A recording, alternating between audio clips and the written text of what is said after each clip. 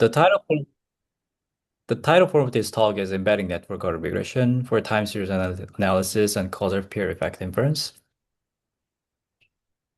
So I'd like to first talk about the motivation and introduce the model we propose in this paper and introduce some theoretical results and simulations and finish with the real data applications. The motivation for this research is to model the high-dimensional time series YT, which has a dimension of n, the capital N, and we suppose that the time series is observed over the time point 1 over t. And we also assume that these observations in vector form of the time series is also having a relationship based on the network A. So network A is an adjacency matrix that encodes relationships between this time series, such as the spatial proximity or social ties. And the question we are interested in is if two nodes have a relationship through an observed network, and does the behavior from the connected node in the past influence the future behavior of the connected node? So this is formally stated as peer effect in the literature. And people often study the causal peer effect, which is represented as a treatment effect listed in the bottom of the slide. So we propose one model to solve two different problems. The first problem is the causal peer effect inference problem I just mentioned in the previous slide.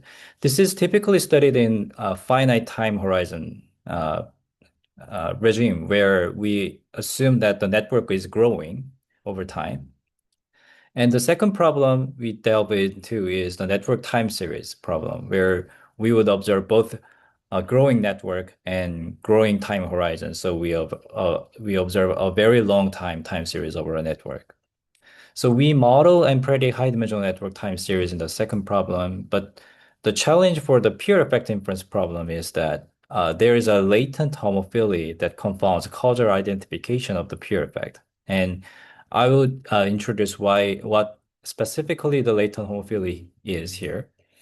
And for the time series analysis, we aim to capture a latent structure for better forecasting.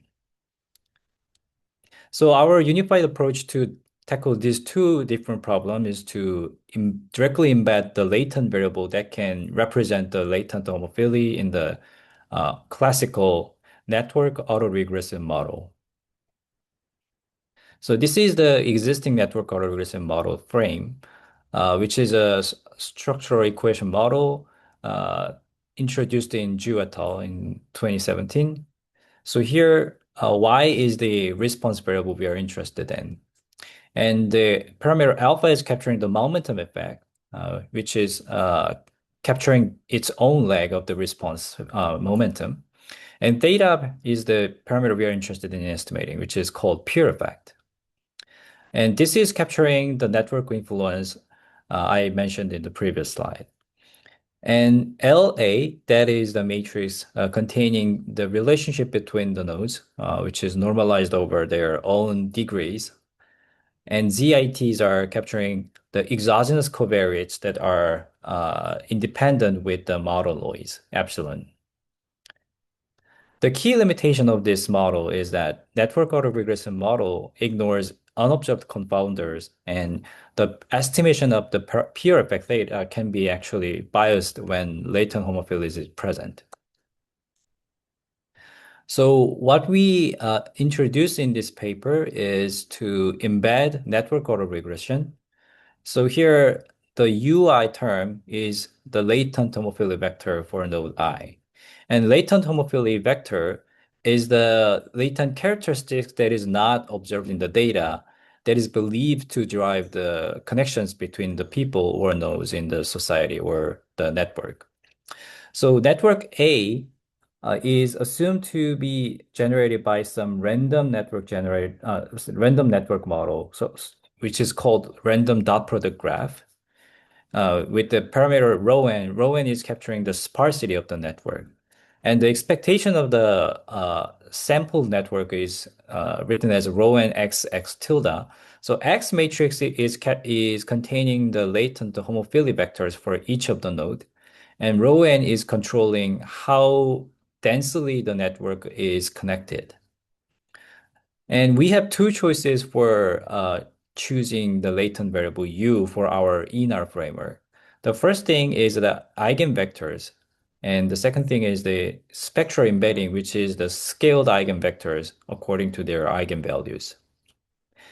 And since these latent variables are unobservable in the data, we estimate them using the observed network via adjacency spectral embedding using the eigenvalues and eigenvectors of the observed networks. So here is the causal diagram for the pure effect we are interested in estimating. So the blue arrow from yjt to yit plus 1, that is capturing the pure effect we are interested in. But conditioning on the network, which is aij, opens several backdoor paths via the latent variables ui and uj, which are believed to drive both of the outcome and the network generation. So our solution should be controlling for those latent variables to identify the causal pure effect theta. So for the estimation pipeline with more detail, the spectral embedding is basically computing top k eigen decomposition of A, which is the observed network. So the eigenvector is just using the top k eigenvectors, and spectral embedding is scaling them by their own singular values. But there's an issue of what value to use for this latent dimension k. So since these latent variables are not observed in the data, neither the dimension of the latent variables k. So we derived information criteria to select this latent dimension k with some probabilistic guarantee with using the idea of the information criteria, and then we use this estimated latent dimension to select the dimension of the latent variable embedding, and use that estimated latent variables to obtain the design matrix W hat to solve the least square estimation problem to obtain the final estimator for the model we are proposing. So in terms of estimation, we are introducing two-stage estimation. In the first stage, we are obtaining the spectral embedding of the network and use those estimated latent variables to obtain the model regression parameters. So here are the summary of the theoretical results we found based on this network model. So we separated into two different regimes where we have time series data and the finite time pure effect inference problem. In the first problem, we propose to use the eigenvectors UV to model the latent variables. And the rate of the convergence for the pure effect parameter theta hat is square root of NT. So with this rate of convergence, the proposed model estimators are converging to normal distribution. And the conditions for this result is that n rho n, which is standing for the network density, uh, should be growing as fast as t plus log of n power 4. So the log of n power 4 that can be considered as a sparse network condition, which is growing at most at the polylogarithmic order of n. And when we assume that the latent dimension k also grow, then we can allow n to be grow as fast as k squared. And we also require that the time horizon we needed for the estimation is also growing at the rate of log of k. And for the pure effect inference problem, we consider both of the eigenvector and spectral embedding for modeling the latent variables.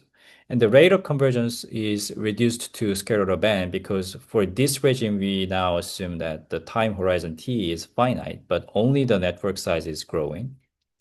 And when k grows, then the rate of the convergence is a slightly adjusted by the order of log of k over square root n k.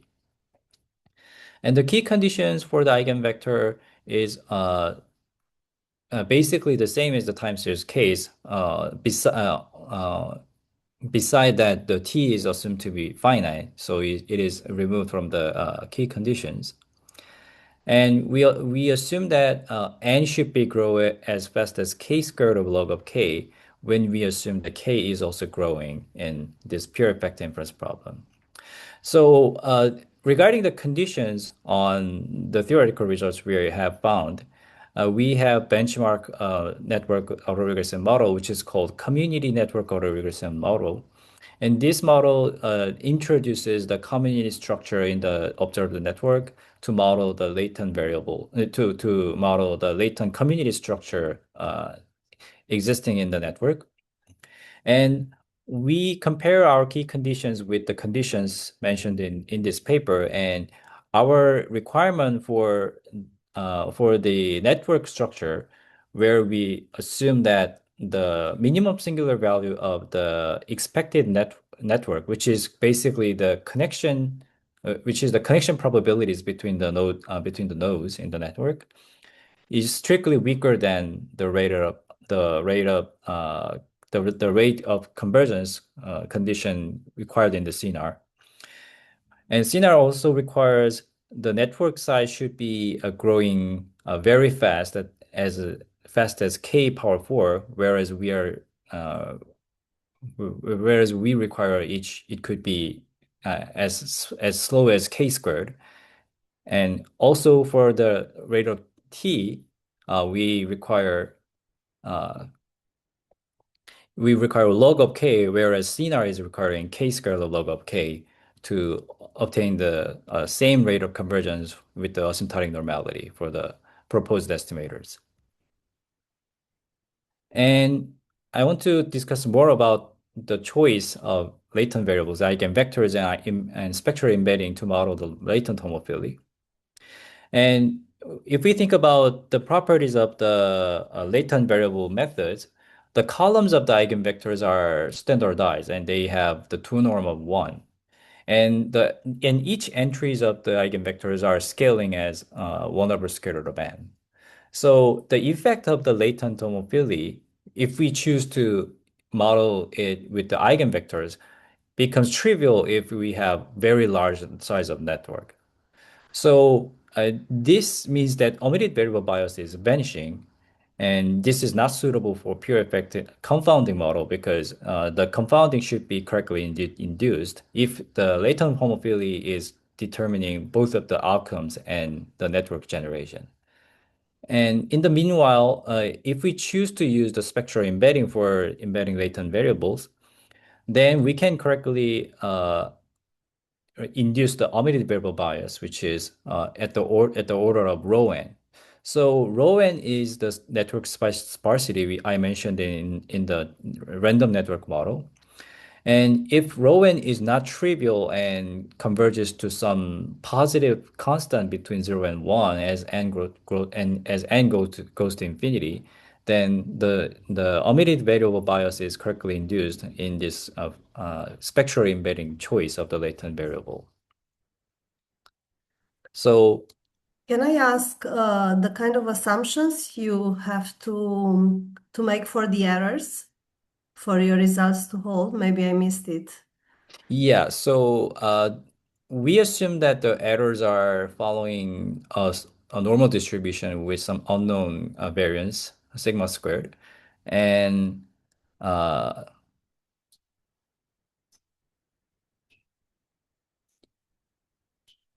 yeah, and the errors are assumed to be independent over time index, which is the standard assumption made in the vector autoregressive model. Okay, thank you. Yeah. We have 6 minutes as well. Yes. Thank you.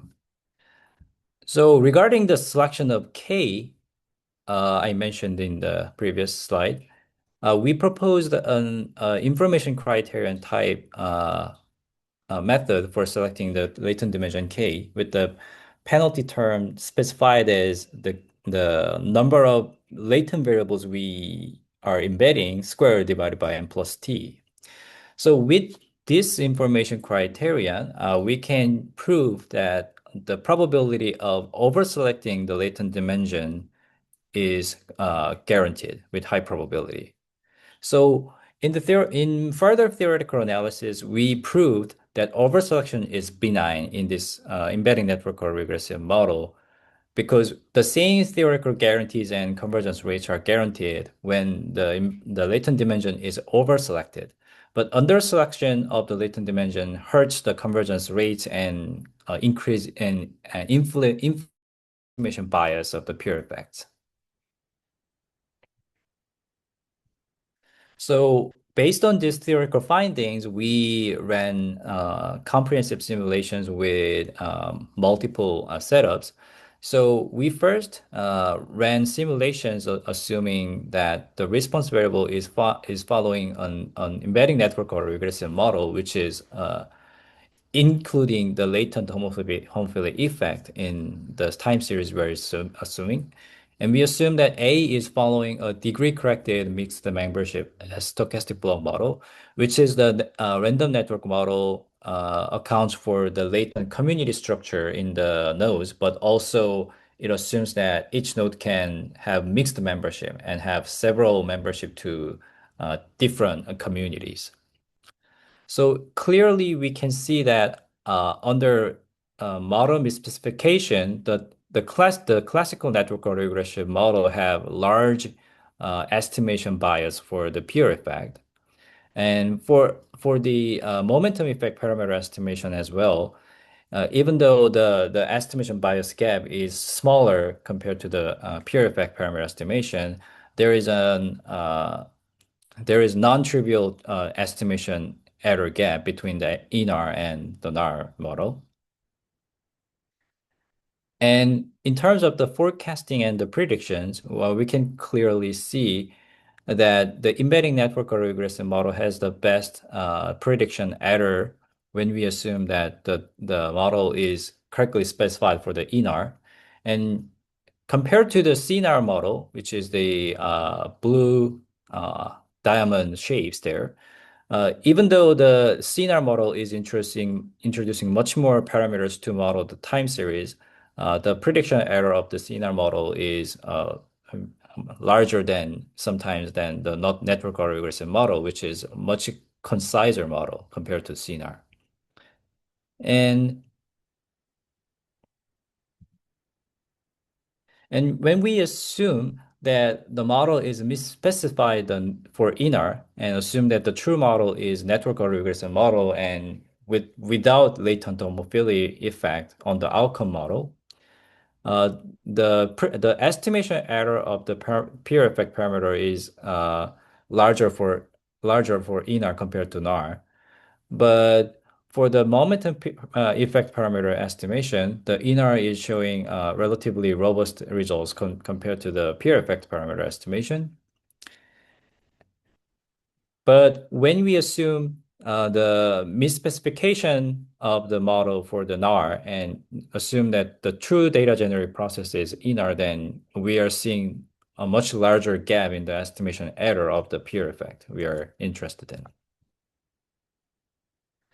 And we also ran simulations on the coverage rates of the peer effect. So we are interested in if INR and NAR is able to recover the desired 95% confidence level for the coverage. And the x-axis here is the network density. So if the network density is 0.4, that means approximately 40% of the nodes are connected with each other in the observed network. So in the sparse network, which is around the network density 0.3, the performance of the INR and NAR both are also appropriate for recovering the 95% confidence level. But as the network gets denser, the coverage rates of the NAR model is deteriorating, while the INR is remaining robust in maintaining the coverage rates of the 95% confidence level. So this shows that correctly accounting for the latent homophily effect is important for both the inference and the forecasting of the time series we are modeling when we are modeling the peer effects in an observed network time series. We have just 1 more minute. Is that okay? Yeah, that's so. I'd like to skip the real data applications and come to the summary. So in our model is unifying the framework for both a pure effect inference and the network time series problem. And our theoretical contributions includes the showing is proving the consistency and asymptotic normality of the pure effective parameter. And we established and which guarantees the statistical inference for the pure effects and the confidence interval construction. And these theoretical results are strictly weaker than the conditions required for a CNR model, which is using much larger number of parameters to model the time series. And we also proposed a selection criterion for the latent dimension K to correctly specify the model for the embedding network autoregression model. And as I didn't mention in this presentation, but in the practical findings by the application of our model, the existing network autoregressive model overestimates peer effects by up to 30% in the school conflict data, which is a large survey data over 52 New Jersey middle schools, including 7,000 students. But our INR model has correctly adjusted that estimation bias by selecting the latent dimension using our information criteria. And we confirmed that the data-driven case head selection works well in practice through two different case studies on the wind speed study on the United Kingdom and the school conflict survey data. Okay, thank you very much.